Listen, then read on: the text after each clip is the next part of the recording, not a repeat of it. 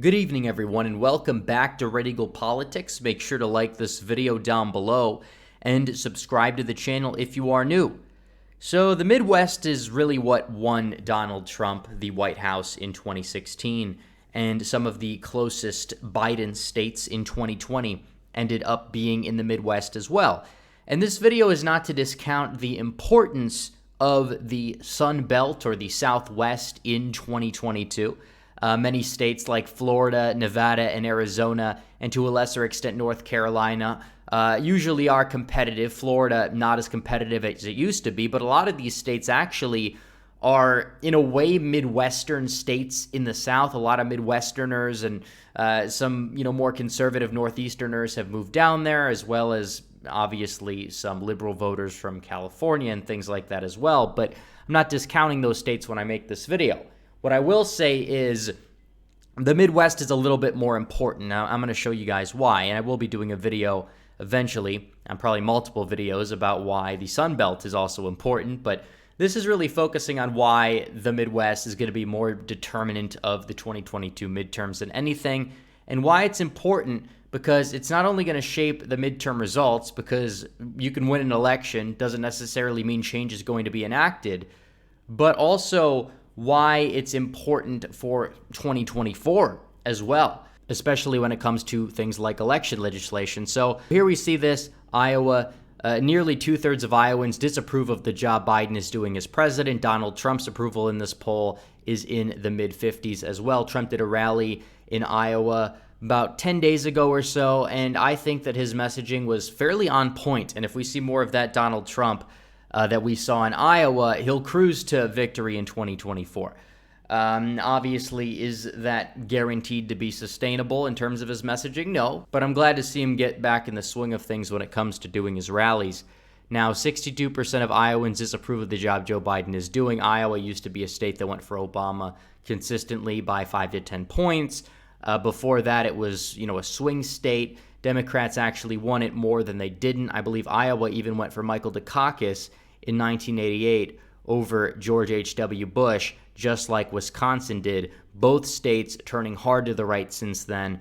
Iowa in particular, especially because it is close to 90% white, especially in terms of the electorate, and it is fairly rural, and the smaller cities are not nearly as liberal as cities in places such as Pennsylvania or Michigan, for example. And that's why Iowa's moved vastly to the right, even compared to other Midwestern states. But Michigan is not really a Biden stronghold at the moment. Right now, he's underwater by 14 points, according to a recent poll. 59% say the country's on the wrong track. 86% are worried about inflation. Again, Trump outpacing Biden in Michigan as well. Also, Gretchen Whitmer taking a massive hit in polling on top of that, which really could doom the Democrats in the Midwest if things don't change, because yes, things could change and things could turn around in pretty much any circumstance, obviously.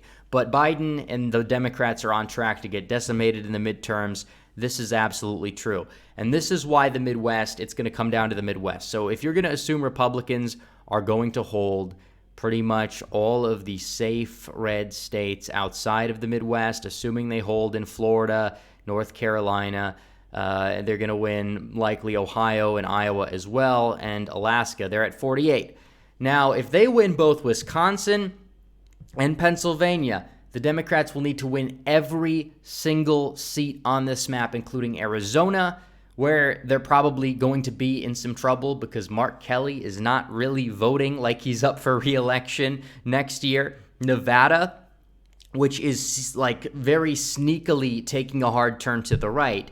Georgia, where Herschel Walker's actually running a phenomenal campaign so far. And New Hampshire, where it's likely that popular Governor Chris Sununu is going to run for Senate, and he will likely be favored there as well. So even if New Hampshire goes, Democrats will not retake the Senate. And also, I wanted to say this on an unrelated note. On the topic of the Senate, I did a video a few days ago on Kyrsten Sinema potentially switching parties, whether that's going to be to the Republican Party or to as an independent, if she would be at risk of losing a primary, which right now she absolutely is. I want to make it clear that that was not a video to shill for Kristen Sinema. I actually hope she does switch parties, and I also hope that we successfully primary her out. But I was saying that the right is really just a little bit too nice to these disaffected liberals. So if she wants to have a political career and she's at risk of being primaried out by her own party, and if she does decide to switch, she probably would be better off in terms of electability. But ideally, she switches and we primary her out. That would be a brutal blow to the Arizona Democrat Party, by the way, and just a brutal blow to the centrists in the Republican Party as well that simp for these disaffected liberals, even though they don't really hold a lot of their values. But that's really it in terms of the Senate. I wanted to talk about the importance of the governorships. Obviously, Kansas is sort of in the Midwest. Republicans are probably going to pick off Kansas. But in terms of winning these states where they need to pass an overhaul of the electoral system, I did a video on this. I talked about the policies that need to change so people have more faith in our electoral system. They need to win Wisconsin, Michigan, and Pennsylvania. If they're able to get those three states and they're able to do kind of what they did in Georgia, but maybe a little bit more in those three states, then I think a lot more Republicans would rest easily about Donald Trump or whoever the Republican nominee is. I think Trump's going to run. If Trump doesn't run, it might be somebody else. But I think a lot of Republicans would rest easier knowing that change is being put into effect because these states add up to quite a lot of electoral votes. Republicans already sort of worked on things in Georgia, getting stuff done in Arizona. Republicans already hold these seats and will likely retain at least Arizona, in my opinion, to the point where crunch time really happens where they need to flip these three governorships in the Midwest. Minnesota's a long shot. I don't think it's going to happen just because Minnesota is just super messed up as a state, but there's been some close polling there. So I don't really know, but I wouldn't bank on Minnesota for anything. But Iowa and Ohio, obviously, primarying DeWine is a must in Ohio. I think he will be successfully primaried. Iowa will likely stay Republican at the gubernatorial level as well, and Republicans will, again, likely retain a majority of the governorships. I think they'll obviously hold Texas, Florida. They'll hold Florida, Massachusetts, and Vermont, even though they're Rockefeller rhinos up there, but they're already to 27, 28, maybe even 29 with Nevada, 30 technically with Georgia, and the list goes on. If they hold New Hampshire, 31, they could maybe even flip Maine or New Mexico. They're long shots, but it's possible. But if they want to retain a majority of governorships as well, the Midwest is crucial because there's three flips that they need to get done: Wisconsin, Michigan, and Pennsylvania. And big props to Donald Trump for pressuring Sean Duffy to run, who would be a great governor. I don't know if he's going to do it, but I would like to see it. But in terms of the House map right here, because the House map is going to change, obviously. What Democrats are doing in Illinois is a disgrace, and I think it's even more of a disgrace that Republicans are unwilling to fight back in a place like Indiana or Missouri and carve out a couple of the Democrat districts because they're doing it to us. Even in California, they're doing it, and it's an independent commission. Yeah, right, independent. Okay.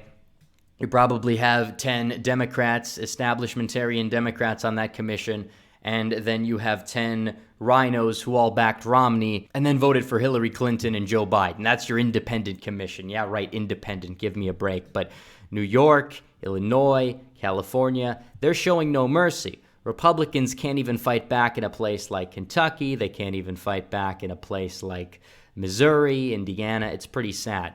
But what I will say is that there are flippable House seats here, and they will be able to determine the final outcome of the House. I mean, if they do get a flip like in this district in Illinois, because, yeah, the map could be a dummy mander. I will say a dummy mander is when you gerrymander a map that is supposed to benefit your party, but trends and potential wave years may end up electing the opposing party in a seat like that. Iowa, they'll likely get another seat in Iowa. They'll probably flip a couple seats in Michigan. They're already to 216, and this seat in Wisconsin, 217. Maybe they do get Tim Ryan's seat, even though I think they may draw it out. Let's say, I don't even think I highlighted the right one, but for example, let's pretend that that is Tim Ryan's seat, or Republicans get another seat in Ohio and Pennsylvania. You could say maybe it's not the Midwest, but it is the Rust Belt, and you do get a seat there. You're already taking back the House. You're at 219.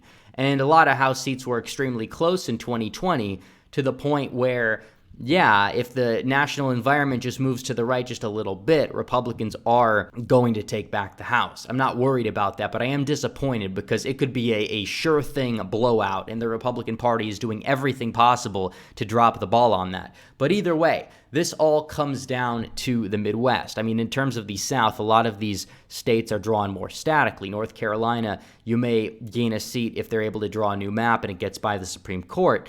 Maybe Georgia and Florida say the same. Maybe you get an extra seat in Florida. Texas, maybe you do pick up one of these seats in the Rio Grande Valley, and maybe you pick up a seat in Arizona. But a lot of these swing seats that you need to focus on are in the Midwest, and that is the truth.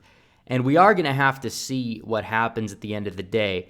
Clearly, the election is not going to be until next November. We've got about 13 months, a little bit less than that until the election. But I can say with confidence, it's all going to come down to the Midwest. So anyways, guys, thanks for watching this video. Please like this video down below, comment down below, and subscribe to the channel. Hit the bell for notifications so you never miss another video. Follow me on social media. The links are all in the description below. As always, guys, thanks for watching. Red Eagle, out.